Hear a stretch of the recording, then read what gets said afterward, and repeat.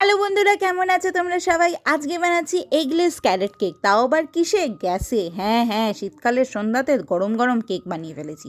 চলো চটপট রেসিপি দেখো। 1/2 কাপ চিনি নিয়েছি, 12খানা আমন্ড নিয়েছি, আর 2টো এলাচ ছাড়িয়ে 3টেকেই পিষে নিয়েছি। আর নিয়েছি কিছু ড্রাই ফ্রুটস, টুটি ফ্রুটি, আর এখানে লাল গাজর, যেটা বাজারে পাওয়া যায় কিনতে, চটপট কিনে পেলে ভালো করে ধুয়ে ছাড়িয়ে একদম গ্রেট করে নাও। 1 কাপ মতো হলেই হবে। এবার একটা পাত্রে 1/4 কাপ মতো দেশি ঘি নেবে। দেশি ঘিতেই করো, টেস্ট ভালো আসে। তারপর নিয়েছি 1/2 কাপ মতো মিল্ক, আর নিয়েছি কি রুম টেম্পারেচারে মিল্ক, হ্যাঁ ওটা বেশি ইম্পর্টেন্ট। আর নিয়েছি 1 টেবিল স্পুন মতো ভিনিগার। ভালো করে উইস্ক করে নেবে লিকুইড ব্যাটারটা।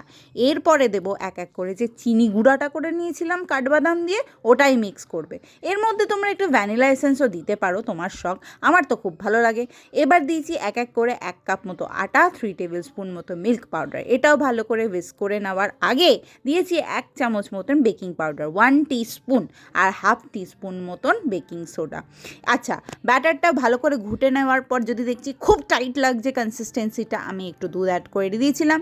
তারপর দিয়েছি গ্রেটেড গাজরটা। লাল গাজর দিলে কিন্তু দারুণ খেতে হয়, আর খুব মিষ্টি হয় তো গাজরগুলো, তাই দেখতেও খুব সুন্দর হয়। আর ওভেন তো নাই, তাই গ্যাসের ওপর বানাচ্ছি, তাই তার আগে আমি ওভেনে কড়াই চাপিয়ে ওর মধ্যে নুন দিয়ে অলরেডি এটাকে প্রিহিট করতে বসিয়ে দিয়েছিলাম। আর আমি ড্রাই ফ্রুটসগুলোর মধ্যে একটু আটা কোট করে দিচ্ছি, তাতে কি হবে, কেকের ভেতরে যখন এটা সাজাবো কেকের ভেতরে ঢুকে যাবে না।